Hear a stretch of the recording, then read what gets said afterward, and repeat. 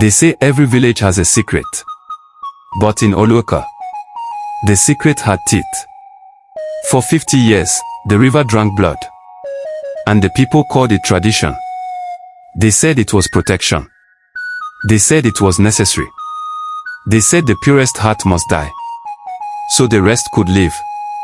But on the night Zara was sacrificed, the river did not accept her quietly. It answered. And from that moment, the village learned something terrifying. The river was never the monster. They were. In the ancient village of Oluoka, there was a rule older than memory. Every 50 years, the river demanded a life. Not a criminal.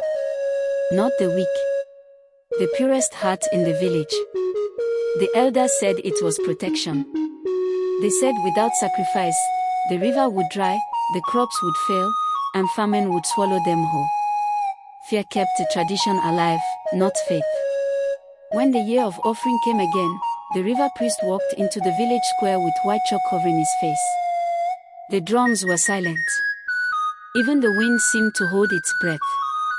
He raised his staff, closed his eyes, and pointed at Zora. She was 17. Gentle. Soft-spoken. The kind of girl who carried water for the elderly and food to widows without being asked. When her name was called, her mother collapsed to the ground. Some women cried. But most villagers lowered their heads in quiet relief. Because it was not their child. And that was the first betrayal. That night, Kellen, the blacksmith's son, slipped into Zora's compound. His hands were shaking. "We can run," he whispered. "Tonight, before the moon rises high, I'll take you far from here."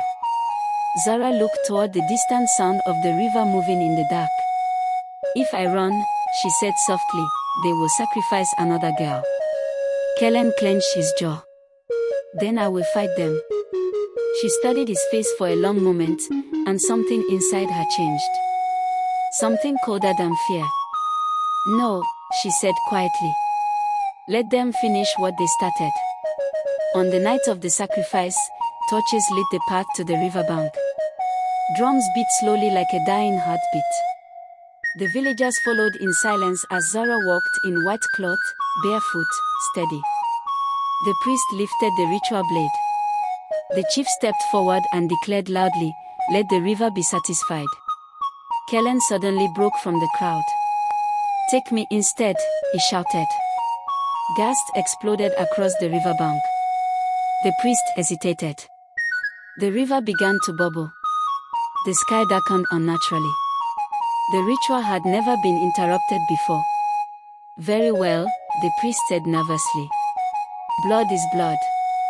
But fear had already poisoned the offering. The blade pierced Zora's chest. She did not scream. Instead, she whispered something too soft for human ears. The river heard it.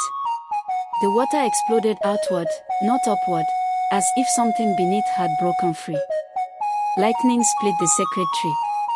The priest was dragged screaming into the depths by unseen hands. The chief tried to run, but the earth cracked open beneath him and swallowed him whole.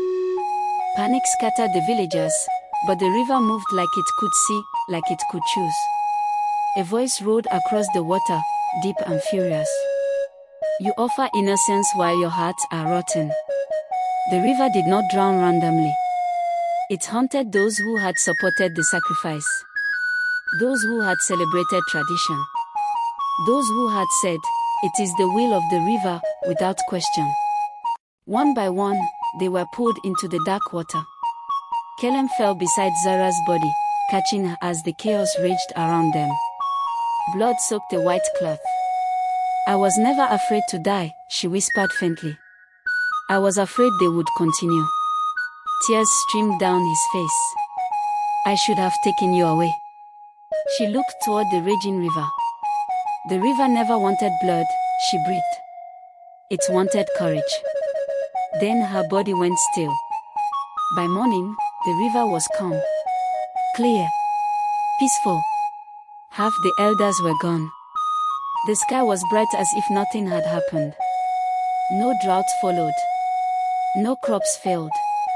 Life continued. But not quietly. Weeks passed, and whispers began. Those who had defended the sacrifice started disappearing at night. No screams. No struggle.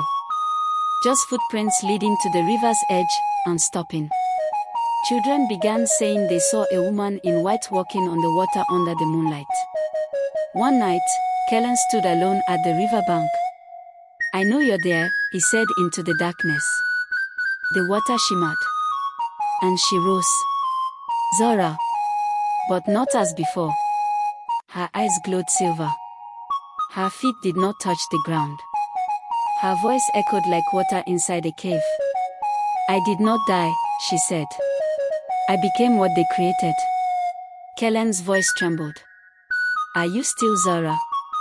She looked at him with something almost like warmth. "I remember love," she answered softly. "But I also remember betrayal." Behind her, the river paused like a living heart.